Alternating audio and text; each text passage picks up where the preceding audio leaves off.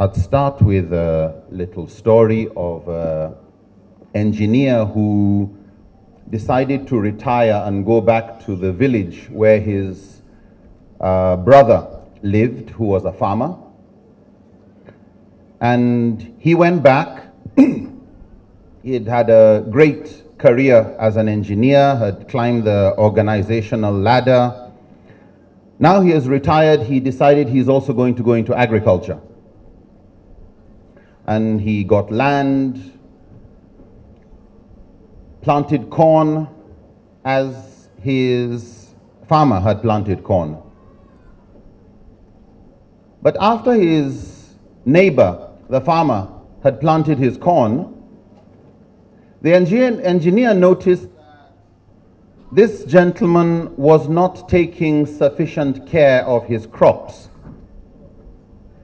And the engineer decided he was going to water his corn every day. Worst case scenario, every 2 days. It was a lot of work, but every day he would start giving water, and then he started also adding fertilizer. The farmer would give fertilizer, but no fertilizer again for another month. The engineer, every week, a little bit more fertilizer. And naturally, the engineer's crops were growing bigger. They were more green. They were getting endless water. And he was really happy with what his crops were looking like. And he was just, look at you people farming. If you have an engineer's brain, you would improve your agriculture. One day at night, there was a very strong wind. The next morning, both the farmer, the engineer, as soon as there was enough light to see, came out to see what had happened to their farms. The engineer's farm was completely flat. The wind had uprooted everything. The engineer looked at the farmer's plot, and while some of the stalks had bent a little, they were all still standing. And he asked the farmer, how can this be? I take better care of my crops than you did. Between you and Allah, you know I did.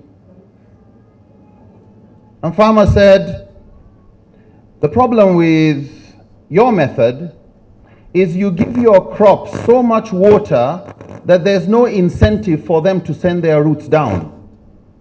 You give them so much fertilizer that they don't start thinking of how would they get more fertilizer by sending their roots down. And so while your crops are bigger, when the wind blows, you get what you get. When it comes to how to raise a family, how to raise children, how much water should you give? How much love, how much discipline? It's not a subject that people haven't done PhDs on. But how many of us have read up to 1 page on parenting before we became parents? We read volumes to get a degree. We read volumes to get a promotion. But when it comes to one of the most important tests in your life, you don't choose your children. You can plan to have. And even when your wife is expecting, you're not sure what you're getting. And even after the child is born, you're not sure what you've gotten. Till they grow up and start to blossom, you start to see what kind of test you actually have. You didn't choose them. They're a gift from Allah, but they're also your test. But just as they are your test of your faith, whether you will be able to pass on to humanity a better spiritual legacy. Islam moves to the next generation through human beings. What kind of human beings have you contributed, not just to the ummah, but to humanity? Is your big question. Just as they didn't choose you as parents, they just popped out into the world and realized this is the person raising me. And you will also be their test, as we all face these tests that relate to our families. The South Africans have a proverb. They say, to travel far, you go with others. To travel fast, you go alone.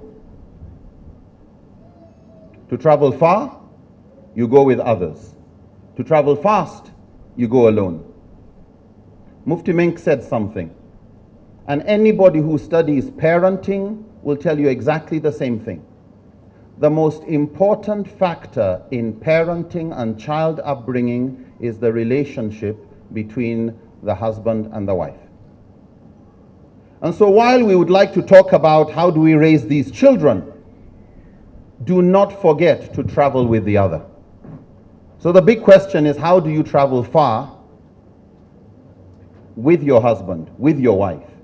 And whatever challenges you are having, don't allow the children to be a distraction from improving the teamwork and the team spirit that will inshallah help you together as a tag team tackle the various challenges that children will raise and that you will be dealing with as the children evolve and as you learn more about them.